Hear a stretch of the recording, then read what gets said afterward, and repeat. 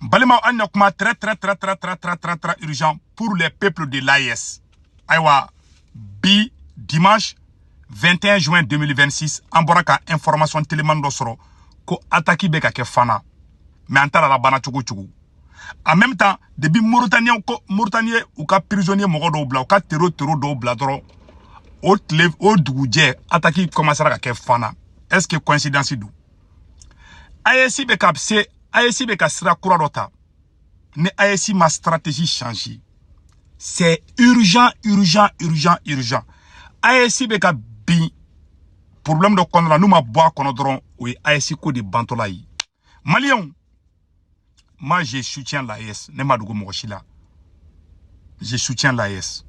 Mais maintenant fin de fois AES kono avec des preuves à l'appui. Ni AES mo ma stratégie changée ni AES ko bantoladi. Anya information soro. Anya be Mauritanie ka terreau la anya bu photo la. Terreau nya mo baw. Farman baw munu ngere malion munu nana malion bonon ni la. Anya mu me quoi. Ko Mauritanie de flek kaka terreau chama blaga bo kasola. Biko attaque kera fana. Anya information e ma confirmation bas sura kan quoi. Mais t'sega détail badi ko attaque kenbe kake anta don comment ça s'est passé. Mais ne t'sega confirmation dit. Angene image soro ko attaque be kake fana. Anga dobe mali sorasuye ala ka seba di mali sorasuma. Mama be ka terreau de malaka be halagi ala ka beke yeko fly. Beka foko amina. Mama de be ki tege di terreau maka mali janfa. Ala ku beto janfaina. Malende bela jerenga foko amina. Malien anya ni information de so. Maintenant c'est ça. Moko chaman dimina ko Mauritanie ou bla. Mais maintenant kuma kelen dron fo malien nyana. Malien ku beku bla ku ngolola. Wakati na ambe kidal libéré domi. Malien beka kuma ina me. Domi na ambe kidal libéré domi. O ka soro Algérie be ku deme. O ka soro France be ku deme. O ka soro Mauritanie be ku deme. O ka soro Ukraine be ku deme. Mais au bena tache. Malien beka kuma ina me c'est très important. Men ndroni ka da ma vidéo di. Mais fait que malien akli jiki kodo de ko ka bebo fili konana pew domina ambe kidali mine o ka soro France be ku deme o ka soro France be ka terreau deme o ka soro Algérie be ku deme Mauritanie be ku deme Ukraine be ku deme OTAN be ku deme mo o bera Mali sera ku genga bo Kidal o bera Mali sera ku genga bo Tombouctou o bera Mali sera ku genga bo Fambe kanga dugukolo be mine o makea n'est-ce pas? Au wakati où kumbuka communiquer ou kumbeni communiquer kelen de ke deme chogo ma changé foi ma changé kokura ma ke kokura kera on de ka côté là parce que on kele ku gain ka bo Kidale on ya ke yere kele di ça ne me fait malien ka famia et réseau la kumate en gaina AES gaina guerre de communication na ni France boraka Mali tokofo aita commentaire bela ja benni. C'est-à-dire, Mali problème te ko dobe ka kuma réseau ka ko debe ka Mali bi ni corona cha ngalondi. Réseau cité ka asimika fanga bali ka dese ni corona cha communication te fouille te incompétence de do. Ani gere mba no fe ni ala cha odoron di do. Anyabu la bi ubeka uka concentration bolembe bara yereka ube AES président nya du sigele ka réseau de la dje. Et réseau dron. Et réseau intègre ou déstabiliser quoi. C'est pas les réseaux. Et réseau maîtriser les AES de boulot bien tien faux. Sur le plan sécuritaire. Mais et réseau maîtriser tout boulot romina. Où est ka sokono moko munube nous no lumandide.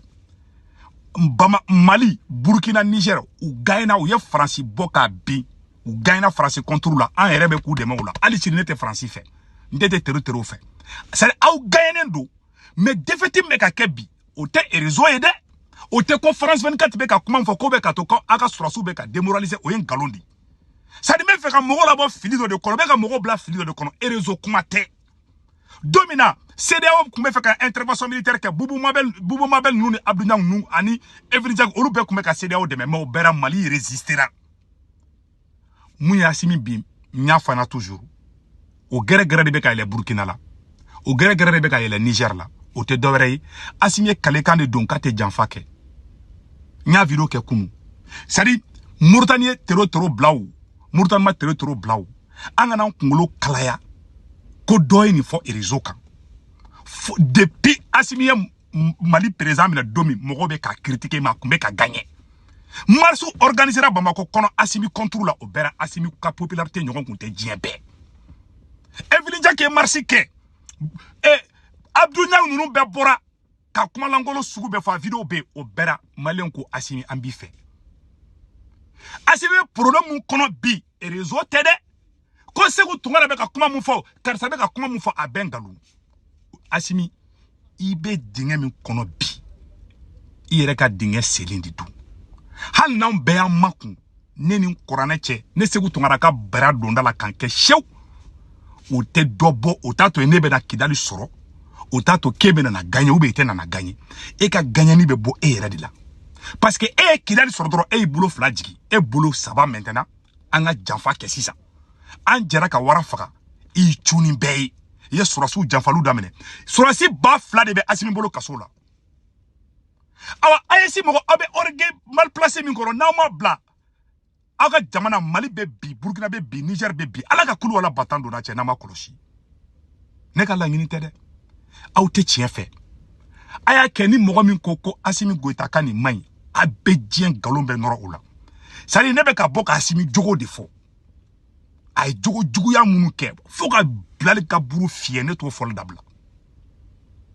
awa aw ka guerre de communication aw gagnelen do la Mali est trophée ta Mali est Franci bati 4-0 Mali est match aller-retour de ke Franci la ani autant be guerre de communication na aye Franci bati mais guerre de communication na aw yere ka sokono mogo aw desele me ko de bati parce que concentration bol de ka sadi ka fo ko mogo do de be Mali kono ko be ka boka kuma do fo réseau ka ko de be ka to Assimi be ka dese ka Mali jo galon fite teme kuma inka ni korana che galon fite teme kuma inka marfa kisete bo onda nete marfa chi chugo don marfa chilante marfa chila don nte tero don nte tero fe mais che ka jugo ya dala siki ko fe ambe kidali soro domi ngwali seri kumbe ku deme anga arman kuma na fo arabi Algérie kumbe dimi encore en bora ka e Assimi ki ko ki je Algérie contre la Algérie moi je défends le Mali contre l'Algérie Algérie na Algérie ko kabe Assimi kala ne be Assimi défend contre l'Algérie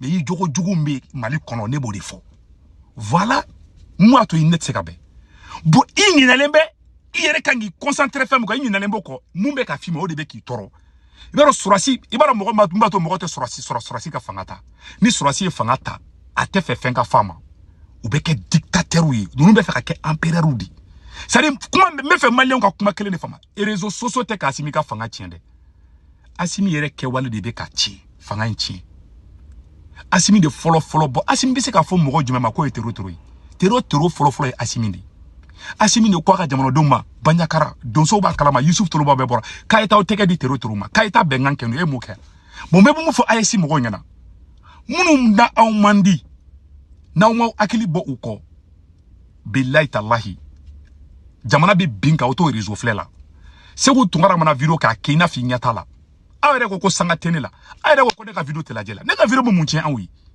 ça ne ka video te fo ne be ki jogo jugu de fo parce que ne bi don quoi oro bi toro i joro lembo la ago ko bet karane la bo ne ka kuma ayo kina fo bo tira quoi aya kina fo ne be kam fo ngalundun quoi ne be kuma fo Assimi Goita kanala je inyesi ka Mali joma aramaden ti diabe wallahi ni be tienka ali mogo ne Assimi Goita be tienka ala ki sangorota ni Assimi ne be tienka ala ka barka do ila ni be tienka mais ni be galonga ala ki lebu ne bo duwa do na ka cha sangilingi Mali be se ka tanga video laje mais duwa be ka do e to be ka mangoya dongo de ko wulu musoni bobi e kangi yere ngininga segu tungara be kan duwa do Mali video mani be mogo be ndu duwa do ne de bake be ti se kan duwa do nde nyen kalenga tungarala halala yala ne halala dendi ne dambetigi dendi ne kalenga tungarala halala ni nye Mali janfa domi ala kan libu do ni ne Mali janfa domi ala kan sutra ne Mali janfa domi billahi tungarala ka be ka fo mago tout segu tungara antekerila je vais jamais trahir mon pays mais c'est ka filide mais je vais jamais trahir c'est au deseradi Facebook ma ou dese nin korane che Facebook mi dese Assimi France be ka mun fo abe ka wuli anye France 24 defa mugo shi tout fait oh c'est da obe ka kulo kalaya ay wula ka marfata kata ou kele point final depuis 2000 ebe kidali mina ngo mugo be ke e critiquer réseau sans fait oye dese ka kidali soro e kidali soro ni mamunyi e ol de janfa ça dit munu ye ta ke ele sans fait de qui jo e korode kake sebe kake ça dit que kake béton armé ka jo e koro ke ele soupassement mi sans fait de e soupassement de chi ni soupassement chi ka bo sokoro sobe yogo di pour e ka soupassement de chira ka boyi awa ebe so mi na so mbe bi iga so korola ni wo bora so fangele na ebe o maçon wole ko green o dugu jabe wo do yoro dola donc ibi yere ka problème de kono mba fo AIC président bengena munu be ga kuma réseau kan contre vous aya ka concentration buluka guerre de communication fouité ka AIC au ka incompétence ni courant cha odese adama dente ke ko bébé qui fait jamais ça le tanga obo de mununu na quoi au te nyaye kelena au to mana ko la jamana be klaula iran fleni iran kele ala iran yake c'est le ka kuma ere ta ka kuma ta ko ke kele ni kuma do kuma jumembe munte fo irama iran ne wula ka marché ke ou ka ministre des affaires étrangères contrôle Iranien marchike Vladimir Poutine mouye irisila président be ka odeme yara Poutine ga fari mais Poutine ga général do bora bi nere da ye Poutine ga général do uyaka kuma kan bo yanno media do la ma abe anglais la billahi Poutine ga un général de l'armée russe a bora Poutine critiqué ni Mali général do bora dongo do ka asimi critique ba fako terror do ba mene ka don kasola ni Burkina général do bora dongo do ka capitaine critique ni corona choba don kasola mais il y a un général de l'armée russe a bora ko Poutine be ka stratégie ko kona madabla ko irisi bebi abi se ka forni Poutine ya awe alade foite fo awma des orgueils mal placés kataka document krikara ou créé comme on a fait fo awma mugo shima bali mugo shi kuma kan te ka bali mugo shi kuma kan te ka déstabiliser aw ere de te ka se ka barake aw promesse fefeta aw te ka se ka sike capitaine ko 6 mois kale be kele ma ban bon ne bolo ni o mo fu morali fo ma se ko ke igala ngolo ya doni ka ere qui concentre baraka kuma inde c'est pas la parole là qui vous empêche parce que un militaire est allergique aux critiques voilà pourquoi mugo shi te militaire fait fangala et réseau te ka bali. Personne n'est sur les réseaux sociaux mumbe ka makosa. Et réseau est out de taille. Et réseau est Mali ni Bourgan Niger taille. Aou mana moufo. Mourobe da odela. France 24 be moufo nete daoula. Al nena ou mandi choko nete France défend oui. Aou de France kele ka ou don France kele kono. Abi se kana jotiko me ka nye France mokoy. Mounou rek meka France fasada kana no le kolu bla ka onkele. Bon, ni fisri wale deya inconscient malhonnête deya ne be kato awala be ka o baraka ban. Bon surasi be tande de. Dibi sila be sa domina ou ye rebelle de mena ka buko ka faka. Sali surasi minde. Ni be les mots inconscient ni quoi, ha? Surasi dodi do surasi bete. Ali Thomas Sankara ya fo. Surasi minde, surasi te machife na irete. Al ne marfata e civil to ka marfata kata surasi de meka kurita ke na fangata bulukali de tadu. A kasrati la sans pren ka jigi ka kasrati la. Il y a pas un ça dit ba fondar ou ka formation de droit fait ils sont des plus inconscients sur cette planète. Ou ma go temo la. Halu yere ma tenyon fait ou tali ala fait halu yere ma tenyon ou talu yere fait ndaru ni formation krikra no golen demun kera nu surasi nunu kuna ko. Et puis Afrique francophone surasi chama betandi. Afrique et Thomas Sankara ko un militaire sans formation politique est un danger pour le pays. Bobo dingé de konobi. Ou be ka kuma fo réseau kan. Ay karsaka anye karsa minade karsa ni teroto a ben kalu. Aw be kidali mina domina mogo kumbe ka korfo. France kumbe ka wuli aw kama be o bera yake parce que au don aw naka armée de kumbe bala. Aye don sen de changer. Ça debe fait malien ko oro de don quoi. Et réseau te ka dese ka kidali soro. Et réseaux sociaux ma dese ka kidali soro de. Et réseaux sociaux ma to fana kay kidali perdi. Ayo sigi sinogo de la. Ça nous tara faga kati. Ayo sigi sinogo de la anye kidali perdi. Mais arama denga ke halala den ça. Nyama den ko fsani arama den do wi. Mais vous voulez quoi au juste? Bah sigi foria la ka dese mal na fort kataga do sunguru bawla 80 milliards be déclaré milliards be ka chouin Assimi Bengo a somogo ya Mali pied warte blen ka recrutement ke warte blen ka arma wara assemblée ngalon de be ka tege mais ni mogo bora ko fo abe wulu ko lu kele faut ka usate solution soro nyo de fa na Assimi ya kale kan janfali mke o gere gere de ba ko wani Assimi solution soro Mali ko la Mali ka fo ma tunya mogodi capitaine frate ka do asraka a été fait mais là ya bébé taka jiwu yo fait na ma kolosi moi je vous dis la vérité parce que n'était fait ASC Kabi n'était fait anye mogo munu fono kuno mogo kelo ngana fangala voilà mon inquiétude nebe États-Unis faut itene mangia koko ya uja aya kene segu tungara la ate foi bo shede ni songola nebe ndashu na mbe shesogo nyimi kan daga shinogo soso tenki nte gele akono aw bulu kabe sika koko kena ko be ne bonga li ka tene bon ne ni ke ni be toala a al nyaw ye ne faka aka fone donya na ku fa sara Mali ko de la abe galo min tege mununa na bora fanga la domina ka galo metla ka ira Maliona awa vous serez effacé dans l'histoire du Mali.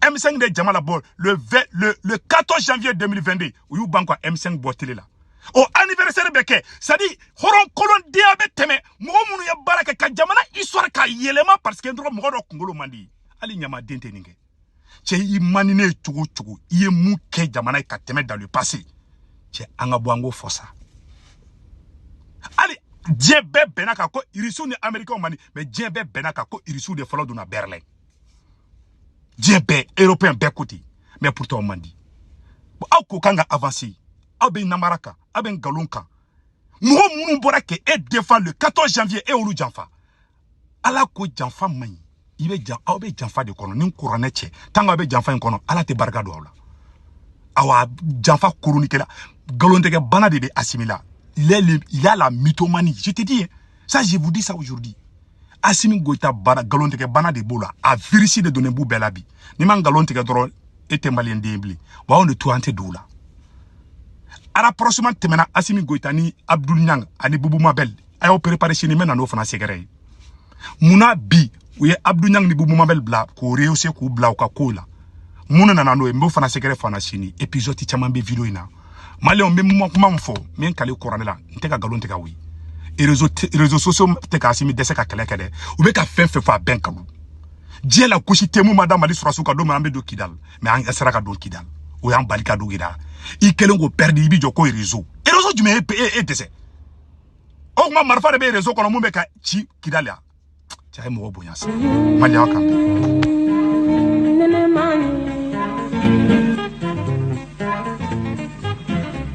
Mm-hmm.